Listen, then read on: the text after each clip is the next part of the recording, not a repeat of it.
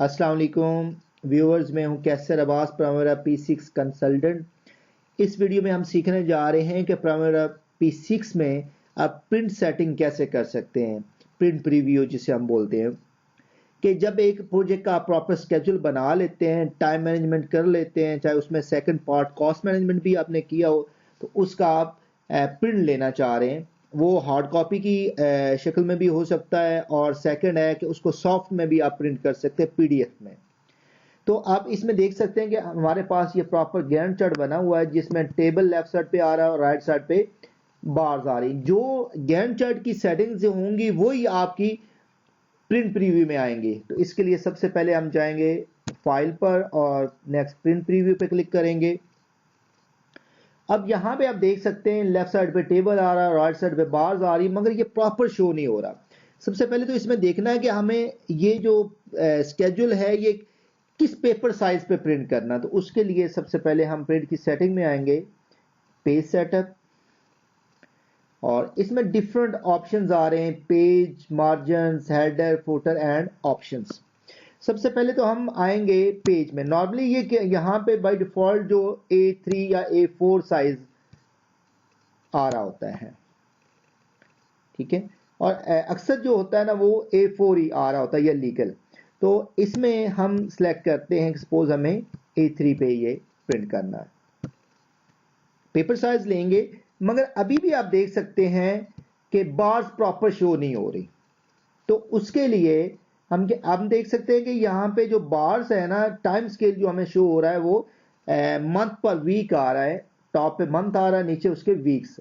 अब हमने ये देखना है कि हमारा अगर बड़ा प्रोजेक्ट है 2 से 3 साल का, तो वो वीक्स तो जितना पेपर का साइज होगा उसमें एडजस्ट नहीं होंगे। उसके लिए हम क्या करेंगे, इसको एक दफा क्लोज करते हैं और ये टाइम स्केल को जूम आउट कर सकते हैं यहां से। और एक ये चीज है कि अगर आपने कॉलम्स, कुछ एक्स्ट्रा कॉलम्स शो हो रहे हैं, तो उसके लिए आप go to view, next columns. Columns में बाय डिफॉल्ट ये कॉलम्स आ रहे होते हैं, तो हम इन कॉलम्स को सेट भी कर सकते हैं। सपोज हमें कुछ कॉलम नहीं चाहिए, जैसे रिसोर्सेज के कॉलम हम हाइड करना चाहते हैं, रिसोर्सेज, और नेक्स्ट हम शेड्यूल परसेंटेज कंप्लीट का कॉलम। व्यूअर्स, एक चीज बता दूं कि जो कॉलम अवेलेबल सिलेक्टेड में वो हैं जो इधर शो हो रहे हैं, और अवेलेबल में हैं जो शो कर सकते हैं। तो अभी हमें जो कॉलम चाहिए होंगे वो हम यहां से सिलेक्ट कर लेंगे, और ये कॉलम का साइज भी जो है ना आप कम कर देंगे ताकि वो व्यू अच्छा आ जाए उसका। अब बार्स में आप देख सकते हैं कि ये मंथ्स में आ रहा है, तो इसको और भी हम ड्रैग करके छोटा साइज कर सकते हैं। मंथ में शो हो रहा है मगर फिर भी हम इसका छोटा साइज कर देते हैं। इसके बाद आएंगे फाइल, प्रिंट प्रीव्यू पे। अभी आप देख रहे हैं ये प्रॉपर शो नहीं हो रहा। उसके बाद आप आएंगे पेज सेटअप और ऑप्शंस पे क्लिक कर देंगे। अब हमने देखना है कि हमारा प्रोजेक्ट किस डेट से स्टार्ट हो रहा है। हमारा प्रोजेक्ट स्टार्ट हो रहा है 1 दिसंबर से। यहाँ पे हम PS लेते हैं सपोज, और यहाँ पे PF। हम चाह रहे हैं कि जो हमारा टाइम स्केल है वो प्रोजेक्ट स्टार्ट डेट और प्रोजेक्ट फिनिश के अंदर एडजस्ट हो जाए। अब आप देख सकते हैं ये प्रॉपर शो हो रहा है, मगर इसमें एक प्रॉब्लम आ रहा है कि जो बार है ये टोटल फ्लोट वाले कॉलम के साथ बिल्कुल साथ से स्टार्ट हो रही है। इससे हमें एक प्रॉपर अंडरस्टैंडिंग कर सकते हैं कि बार कहाँ से स्टार्ट हो रही है। तो यहाँ से हम सपोज हमारा प्रोजेक्ट स्टार्ट हो रहा है 1 दिसंबर, तो यहाँ पे हम सपोज नवंबर की डेट ले लेते हैं, नवंबर 15। अब यहाँ पे आप देख सकते हैं कि ये थोड़ा गैप क्रिएट हो जाएगा। और एक चीज बता दूं, जो टाइम स्केल में हम सेटिंग कर रहे हैं ये जस्ट ये बार्स के लिए, इससे शेड्यूल पे कोई इफेक्ट नहीं होगा। और यहाँ भी आप देख सकते हैं एंड से कुछ बार्स कट रही हैं। हमारा प्रोजेक्ट जो फिनिश है हो रहा है 24 नवंबर 2022। यहाँ पे आते हैं और यहाँ पे कस्टम डेट कर लेंगे, यहाँ पे 22, और ये दिसंबर की डेट हम लास्ट डेट ले रहे हैं ताकि वो प्रॉपर नेम आ जाए। अब देख सकते हैं कि ये काफ़ी बेहतर हो गया पहले से। और मज़ीद इसको आपने नेम को प्रॉपर देखना चाहते हैं तो यहाँ से हम नेक्स्ट मंथ में चले जाएंगे। इसके बाद जो बहुत अहम चीज़ है वो है हेडर। इससे पहले हम मार्जिन भी डिस्कस कर लेते हैं। मार्जिन बेसिकली क्या है कि जो टॉप लेफ्ट राइट से ये वाइड स्टैंडर्ड जो ये ऊपर से छोड़ा हुआ है ये 0.5 है, इसको भी कम ज़्यादा कर सकते हैं। हेडर में आप देख सकते हैं कि हेडर में ऑप्शन आ रहा है divide into 3 section. Section basically ये कॉलम्स आ रहे हैं टॉप पे, जैसे फर्स्ट सेकंड एंड थर्ड, जिसमें फर्स्ट में प्रोजेक्ट नेम आ रहा है, सेकंड में लेआउट आ रहा है। इन सेक्शन से भी कम ज़्यादा कर सकते हैं। सपोज हम इसको सेक्शन 4 कर देते हैं। 4 से क्या होगा, जब हम जैसे हम अप्लाई करते हैं तो ऊपर देख सकते हैं 4 कॉलम्स आ जाएंगे, 1 2 3 4। तो इसमें जितनी भी रिक्वायरमेंट हो उतने कॉलम्स आप ऐड कर सकते हैं। सपोज हम 3 रहने देते हैं और इंक्लूड ऑन ऑल पेजेस, यानी कि जो हेडर है तमाम पेजेस पे आए, लास्ट फर्स्ट नो पेजेस और ऑल। नॉर्मली जो होता है वो हेडर हम ऑल पेजेस पे लाना चाह रहे होते हैं। और उसके बाद है इसकी हाइट बहुत कम है, इसलिए हम इसको 0.5 कर देते हैं, ताकि ये जब हम कोई प्रोजेक्ट नेम शो करें या उसका कंपनी नेम या जिसमें स्टार्ट डेट है फिनिश डेट, तो वो प्रॉपर जो है उसका फॉन्ट भी बड़ा आए और विजिबल आए।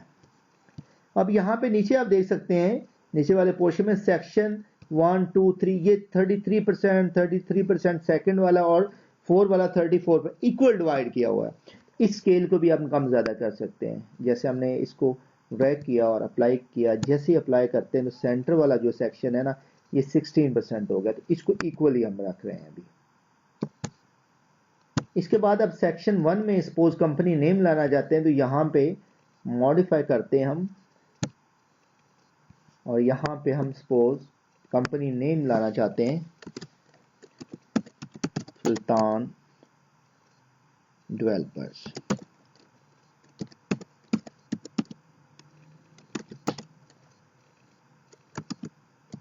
Private limited.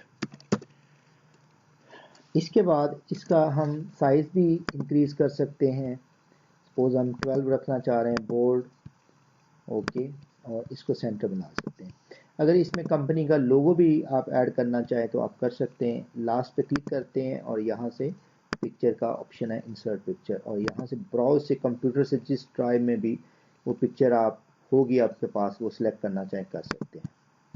इसके बाद ओके कर देंगे और जैसे अप्लाई करेंगे, अप्लाई और ओके में ये डिफरेंस है कि ओके कर देंगे तो ये विंडो भी क्लोज हो, अप्लाई से आप क्या है उसका इफेक्ट देख सकते हैं।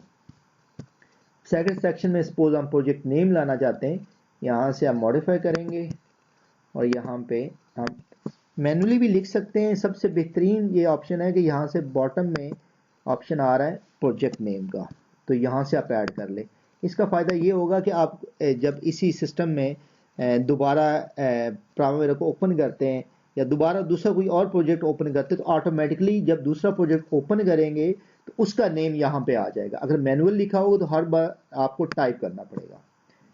और यहाँ पे हम सपोज इसका 12 साइज रखते हैं, बोल्ड, ओके ओके और अप्लाई कर देते हैं। अब आप देख सकते हैं कि यहाँ पे प्रोजेक्ट का नेम शो हो रहा है।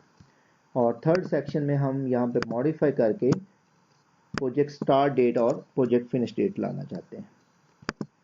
यहाँ पे हम P प्रेस करेंगे, प्रोजेक्ट स्टार्ट, और राइट साइड पे हम क्लिक कर देंगे और स्पेस बार प्रेस करने के बाद लिखेंगे TO रेंज के लिए कि यहाँ से यहाँ तक हमारा प्रोजेक्ट है, और यहाँ पे हम ऐड कर देंगे।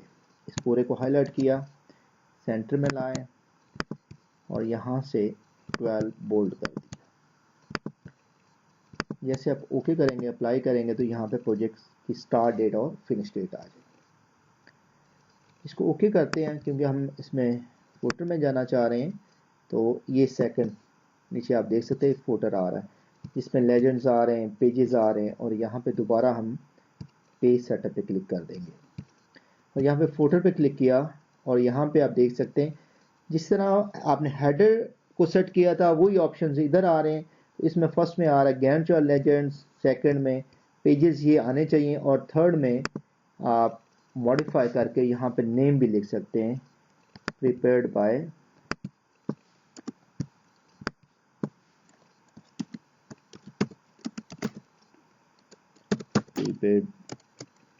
मिस्टर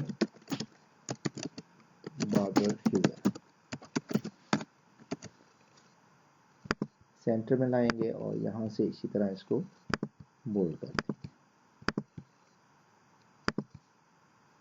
जैसे आपने अप्लाई किया तो यहाँ पे नेम, और यहाँ पे आप रिवीजन बॉक्स भी ला सकते हैं। फर्स्ट रिवीजन है, सेकंड है, कि जब आप बेसलाइन चेंज होती रहती है तो यहाँ पे रिवीजन बॉक्स भी हम ला सकते हैं। और इसमें जो लास्ट ऑप्शन है वो हम चेक करते हैं।